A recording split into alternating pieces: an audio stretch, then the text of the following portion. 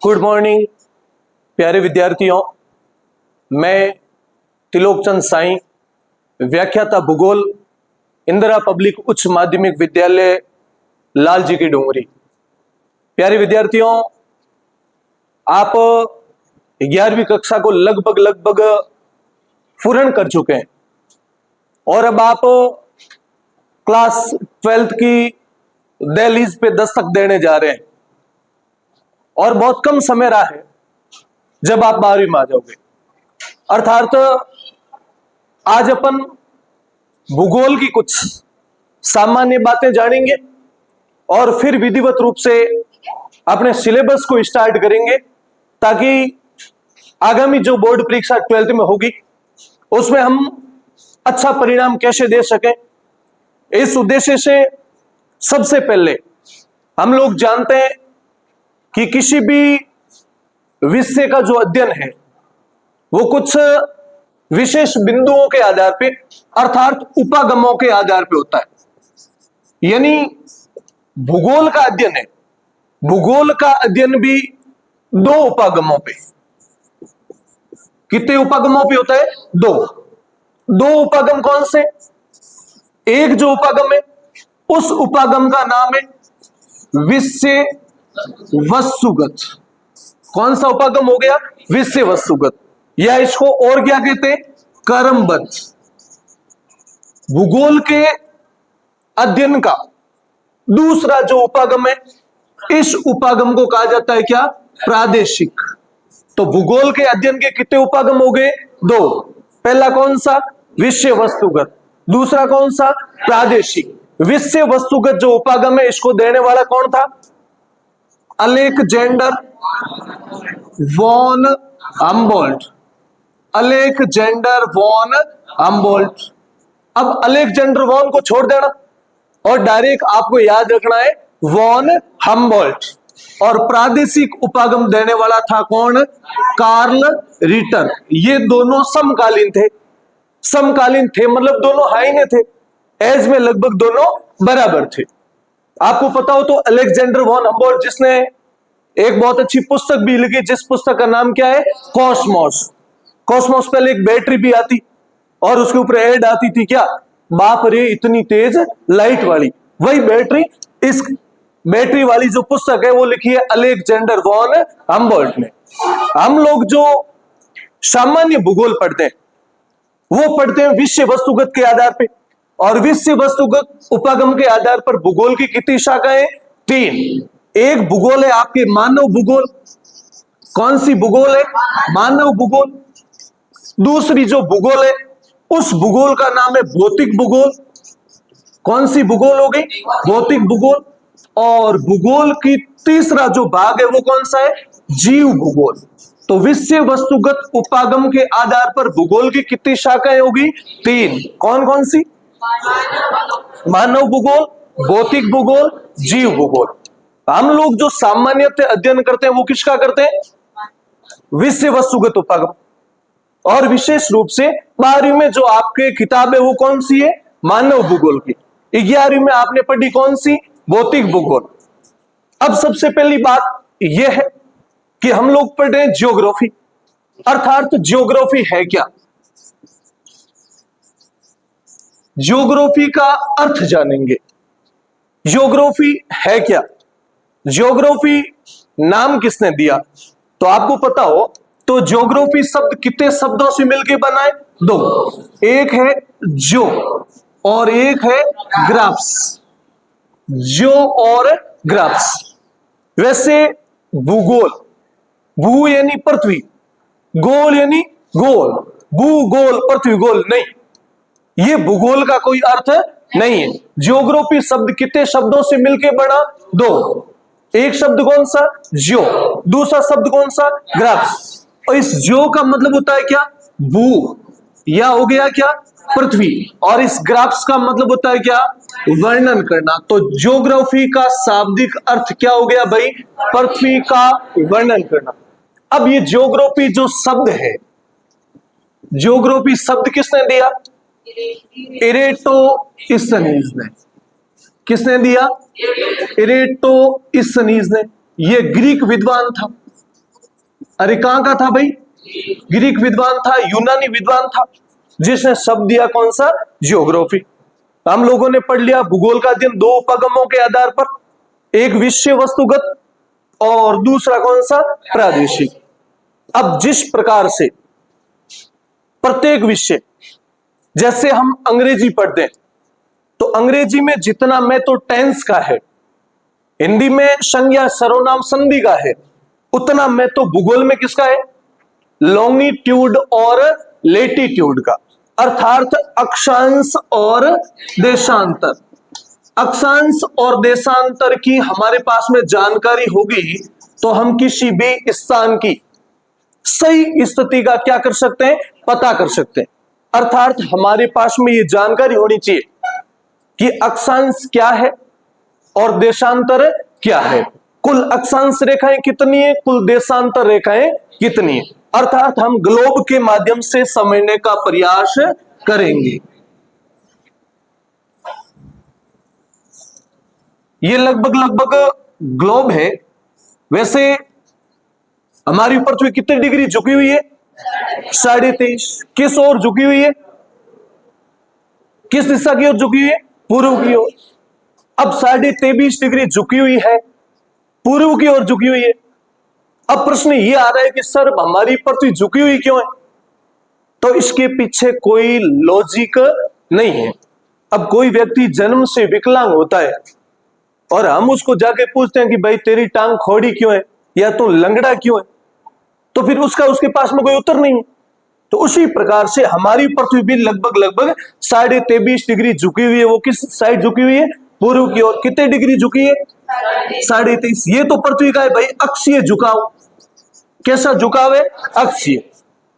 आपको पता हो तो पृथ्वी सूर्य के चारों ओर चक्कर भी लगाती है और अपने निश्चित कक्षा में भी घूमती है। ये अक्षीय झुकाव तो हो गया 23.5। एक झुकाव होता है कक्षीय। कौन सा झुकाव? कक्षीय। तो हमारी पृथ्वी का जो कक्षीय झुकाव है वो कितने डिग्री है? 67.5। ये दोनों किस ओर है? पूर्व की ओर। अब हम लोग जानेंगे कि अक्षांश क्या है और देशांतर क्या है। मोटा मोटी मैं कुछ ले रहा हूं। वैसे ये एक जो रेखा है वो हमारी पृथ्वी को लगभग 2 बराबर भागों में बांटती है और इस अक्षांश रेखा का नाम क्या है? 0 डिग्री अक्षांश रेखा, या इसको और क्या कहते हैं? भूमध्य रेखा। अरे भाई कौन सी रेखा? भूमध्य रेखा। या इसको और कहते हैं क्या? विषुवत रेखा। कौन सी रेखा? विषुवत रेखा। जैसा कि नाम से क्लियर हो रहा है कि ये कौन सी रेखा है? भूमध्य। मतलब पृथ्वी को कितने भागों में बांट रही है? 2। ये था गोला, गोले के बीच में लाइन डाली, गोला हो गया क्या? अर्ध। तो बन गया क्या? गोलार्ध। भूमध्य रेखा से उत्तर की ओर जो गोलार्ध है, इस गोलार्ध का नाम है भाई उत्तरी गोलार्ध। कौन सा गोलार्ध है? उत्तरी गोलार्ध। ये जो गोलार्ध है वो कौन सा गोलार्ध है? दक्षिणी गोलार्ध। तो उत्तरी गोलार्ध और दक्षिणी गोलार्ध। अब अगर हम भारत की बात करें तो अक्षांशीय दृष्टि से भारत किस गोलार्ध में? उत्तरी गोलार्ध। कौन से गोलार्ध में? उत्तरी। इसका मतलब दक्षिणी गोलार्ध से हमारा कोई लेना देना नहीं है। अब प्रश्न ये उठ रहा है कि सर ये अक्षांश रेखाएं काम क्या आती? तो अक्षांश रेखाएं किसका निर्धारण करती है? जलवायु का। किसका निर्धारण करती है? जलवायु का। और किसी स्थान की सही स्थिति जाननी है तो वहां पर भी हमारे पास में उसका अक्षांशीय विस्तार होना चाहिए। कुछ मुख्य रेखाओं की मैं बात कर लेता हूं। जैसे आप जानते हैं कि एक ऐसी रेखा है जो भारत के लगभग बीचों बीच से गुजरती है और लगभग कितने राज्यों से गुजरती है? 8। इस रेखा का नाम क्या है? 23.5 डिग्री है। 23.5 डिग्री नॉर्थ है। इस रेखा का नाम है कौन सी रेखा? कर्क रेखा।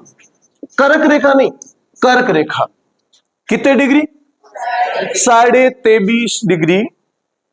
उत्तरी अक्षांश को कर्क रेखा के नाम से जाना जाता है। उसी प्रकार से यह 23.5 डिग्री दक्षिणी अक्षांश है। 23.5 डिग्री दक्षिणी अक्षांश को क्या कहते हैं भाई? मकर रेखा। कौन सी रेखा? मकर रेखा। अब मैं बात करूंगा 66.5 डिग्री उत्तर की। 66.5 डिग्री जो उत्तर है इसको कहा जाता है आर्कटिक वर्त। क्या कहा जाता है? आर्कटिक वर्त। और अब बात करें 66.5 डिग्री साउथ की, दक्षिण की, तो उसको कहा जाता है कौन सा व्रत? अंटार्कटिका व्रत। अरे भाई कौन सा व्रत? अंटार्कटिका व्रत। ये आपके हो गया कौन सा ध्रुव? उत्तरी ध्रुव। और 90 डिग्री जो साउथ है ये हो गया दक्षिणी ध्रुव। जैसा कि आप जानते हैं उत्तरी ध्रुव की खोज की थी रॉबर्ट पियरी ने। रॉबर्ट पियरी ने। दक्षिणी ध्रुव की खोज करने वाला व्यक्ति था एमंडसन। कौन था? एमंडसन। अब हम लोग जानते हैं भारत अक्षांशीय दृष्टि से किस गोलार्ध में? उत्तरी गोलार्ध। अब सर कुल अक्षांश रेखाएं कितनी है? एक चीज याद रखना, जैसे जैसे भूमध्य रेखा से ध्रुवों की ओर जाएंगे वैसे वैसे अक्षांश रेखाओं की लंबाई कम हो जाएगी। ध्यान रखना, दो अक्षांश रेखाओं के बीच की ये जो दूरी होती है वो लगभग होती है 111 किलोमीटर। कितने किलोमीटर? 111। दो अक्षांश रेखाओं के बीच के क्षेत्र को कहा जाता है कटिबंध। क्या कहा जाता है? कटिबंध। सबसे बड़ी रेखा कौन सी होगी? भूमध्य रेखा। जैसे जैसे भूमध्य रेखा से उत्तर की ओर जाओगे वैसे वैसे अक्षांश रेखाएं क्या हो जाएगी?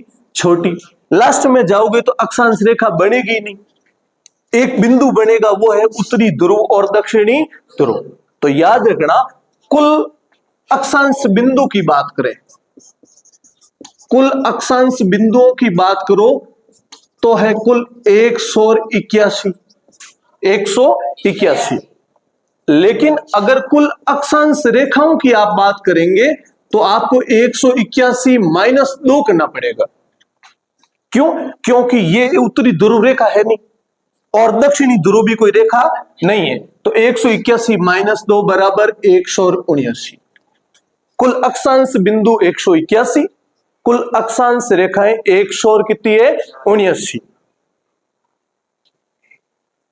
तो कुल अक्षांश बिंदुओं की हम बात करें तो है कुल अक्षांश बिंदु 181।